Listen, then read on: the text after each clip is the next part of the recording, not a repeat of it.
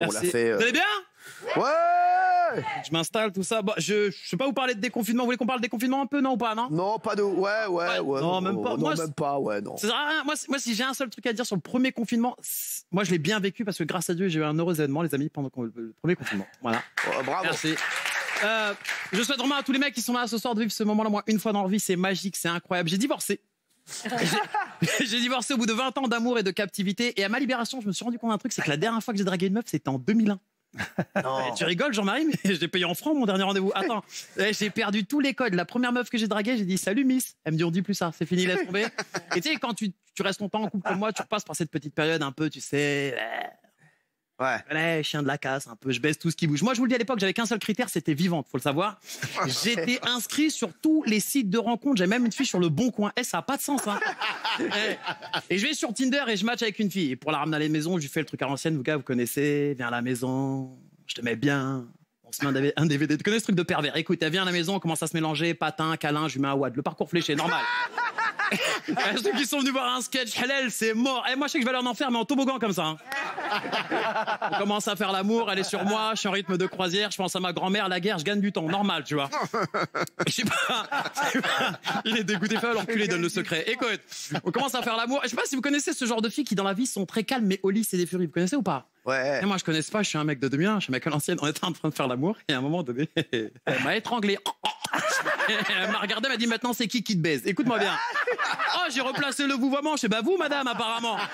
Elle m'a mis une gifle, même mon père il m'a jamais tapé comme ça. Hein. Elle m'a dit c'est qui ma pute? Je sais bah, moi je crois à mon avis.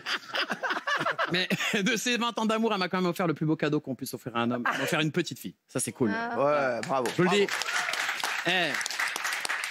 Ma fille, c'est ma vie. Ma fille, elle a 7 ans. Elle est en terminale. Et écoute, c'est pas évident d'être papa célibataire et d'être comédien, je vous le dis. Parce que pendant que je joue devant vous, ma fille attend à l'extérieur dans la voiture et ça, c'est pas facile. Et tu sais, ma fille, elle a 7 ans et elle commence à dire des trucs incroyables maintenant. Tu vois, vraiment, elle commence à parler, elle a des sentiments, elle a des petits réflexes de meuf. Et il y a pas longtemps, elle est rentrée à la maison, elle m'a dit la phrase que je craignais le plus depuis que ma fille est née. Je vous le dis la vérité, elle est rentrée à la maison, elle m'a dit papa, j'ai un amoureux. Aïe. Et franchement, ça m'a piqué. Mais je vais pas faire le père ignorant. Je sais ce qui va se passer plus tard. Je sais que ça va partir en... Je sais, il y a pas...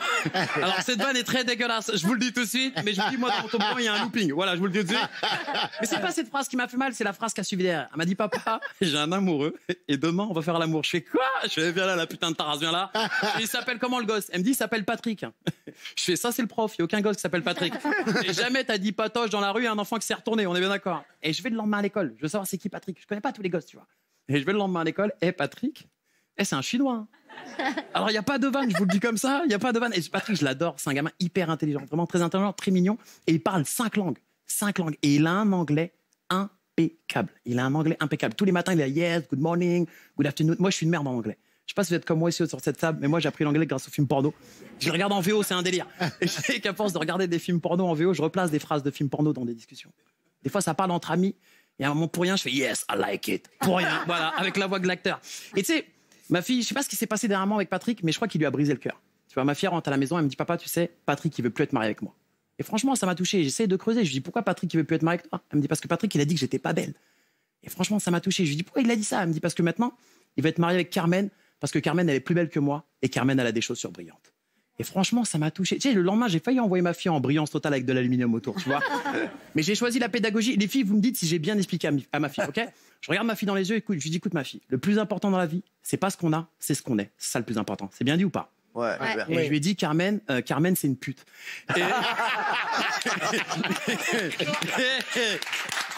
J'ai été convoqué le lendemain à l'école. Parce que ma fille, très intelligente, elle est partie voir Carmen, elle lui a dit, papa, il a dit, t'es une pute. Écoute. Et non, mais j'essaye d'éduquer au mieux ma fille. Et je sais que moi, je suis un papa, je donne beaucoup à ma fille. Franchement, je la gâte énormément. Vraiment, je lui donne plein de trucs. Et il y a pas longtemps, elle me dit, papa, c'était son anniversaire, elle me dit, papa, je veux un lapin. Et moi, je suis pas fan des animaux. Je vous dis la vérité, je suis vraiment pas fan des animaux. Et je me dis, ok, tu veux un lapin, on va aller chercher un lapin à l'Animalis, mais tu vois, c'est sous ta responsabilité. J'achète tout ce qu'il faut, mais tu t'occupes du lapin. Elle me dit, ok.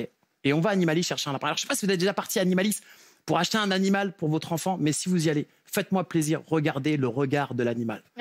Oh, il sait qu'il est plus heureux là-bas que chez l'enfant. Ma fille, elle a posé ses 2 mains, le lapin, il nous a regardé, elle fait, prends le hamster. Il a rien à perdre. Écoute, on a pris le lapin, on l'a ramené à la maison. Pompon, on l'a appelé. Ma fille, le lapin, elle lui a mis la misère. Et le lapin, je jure, à la maison, le lapin, c'était Guantanamo chez moi. Hein. Écoute, Et tu sais, moi, je voyais ma fille s'occuper du lapin et je voyais qu'elle lui mettait la misère et je me dis non, c'est sous sa responsabilité, je m'en occupe pas. Et je sais qu'à force de voir ma fille mettre la misère au lapin, je crois que j'ai développé une aptitude. Je comprenais le lapin. Je te jure, je comprenais. Et à chaque fois que je passais devant la chambre, le lapin me regardait et me fait hey, frère, je suis un lapin, moi. Et pourquoi j'ai une robe de princesse? Écoute, le lapin, je me suis dit, tellement lui a mis la misère, je me dis, le lapin, un jour, je vais le retrouver en boule avec une clope sous la douche, c'est sûr.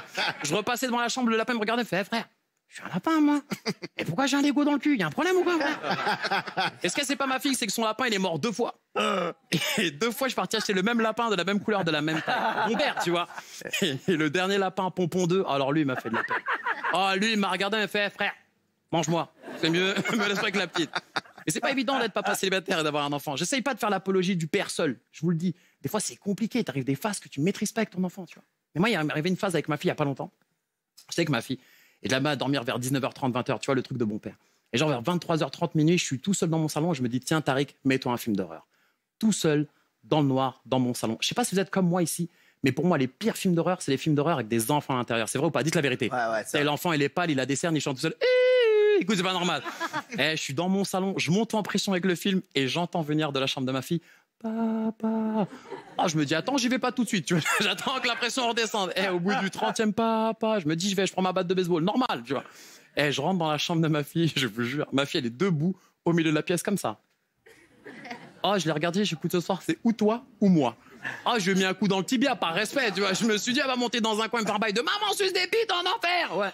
Bon, bah, ça, j'étais au courant, on descend. On sent le poids de la pension alimentaire dans cette vanne. Bah voilà, j'ai fini, en fait. Merci, Tariq. Merci, Samy, merci. Merci, Tariq.